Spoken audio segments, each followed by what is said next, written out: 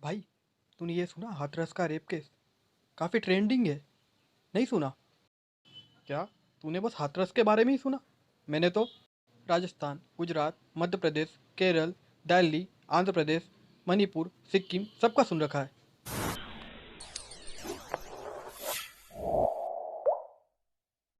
भारत एक ऐसी भूमि जिसकी संस्कृति युगों पुरानी है, जिसका इतिहास युगों पुराना है।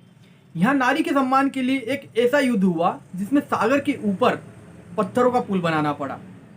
एक ऐसा युद्ध हुआ जो विश्व का सबसे खतरनाक युद्ध माना गया, जहाँ बड़े बड़े वीरों को उनकी माताओं के नाम से जाना गया। और ये वही भूमि है जहाँ आज रोज एक नया बलात्कार का केस सामने आता है और सारे लोग उस केस को लेकर अपनी अपनी रोटियां सेकने में लग जाते हैं। मुझे ये समझ में नहीं आता कि सिर्फ एक केस को इतना आउटरीच क्यों मिलता है, सिर्फ एक केस को इतनी पॉपुलैरिटी क्यों मिलती है, जबकि हमारे देश में हर दिन एक नया रेप केस सामने आ रहा है।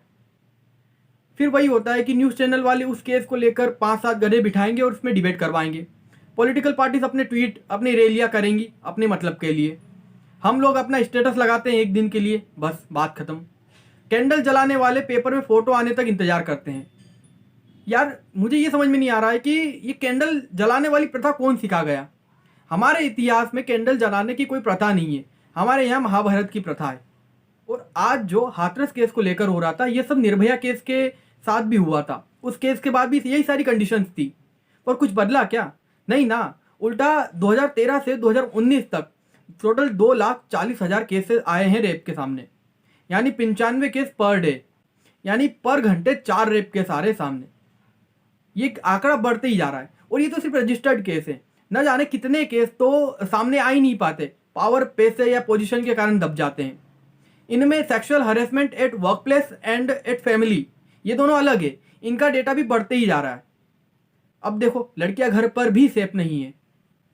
बेटी बचाओ बेटी पढ़ाओ, यह अभियान तो बहुत हो चुका, पर बेटों को सुधारने वाला अभियान कब आएगा?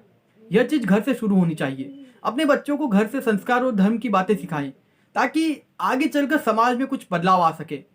और साथ ही जो लड़कियां हैं उन्हें खुद खड़ग उठानी पड़ेगी, क्योंकि हर बार कृष्ण नहीं आएंगे ना।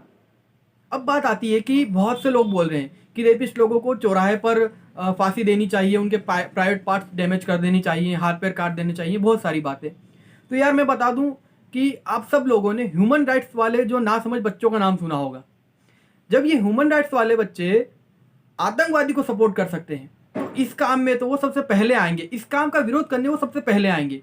और आज जो पॉलिटिकल पार्टीज विरोध कर रही हैं, निंदा कर रही हैं इन चीज़ों का, वो भी सबसे पहले आएंगी कि भैया तुमने संविधान को ख़त्म कर दिया, तुमने जो लोगों के हक हैं उनके बारे में नहीं सोचा और अपने रूल्स निकाल दिए। तो इसलिए ये चीज़ें इतनी आसानी से पॉसिबल नहीं है जो हम बोल देते हैं या ऐसे ही स्टेटस लगा देते हैं। जैसे केजरीवाल क्या कर रहा है, केजरीवाल अभी इस केस की निंदा कर रहा है, हाथरस केस की निंदा कर रहा है, पर जो निर्भया केस का एक व्यक्ति जो बरी हुआ था, उसने उसको इकोनॉमिकली सपोर्ट किया, 10,000 रुपये दिए और साथ में सिलाई की मशीन।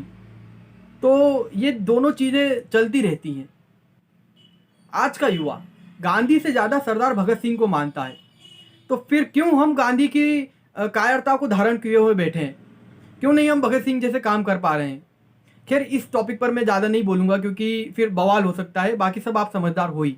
पर यार, मेरे हिसाब से क्या होना चाहिए ना, कि एक डर बैठ जाना चाहिए, एक डर होना चाहिए रेपिस्ट के अंदर, ताकि वो उसके दिमाग में ख्याल भी आए, किसी के दिमाग में भी एक ख्याल भी आए इस टाइप का, तो उसकी रूह तक कांप जाए। और घड़ी है बदलाव की, बदलाव आना ही चाहिए, वरना निर्भया केस के बाद भी कुछ नहीं बदला था और हाथरस केस के बाद भी कुछ नहीं बदलना है। सिर्फ 4 दिन तक ये चलेंगे, 4 दिन तक बवाल होगा, उसके बाद सब शांत हो जाएंगे।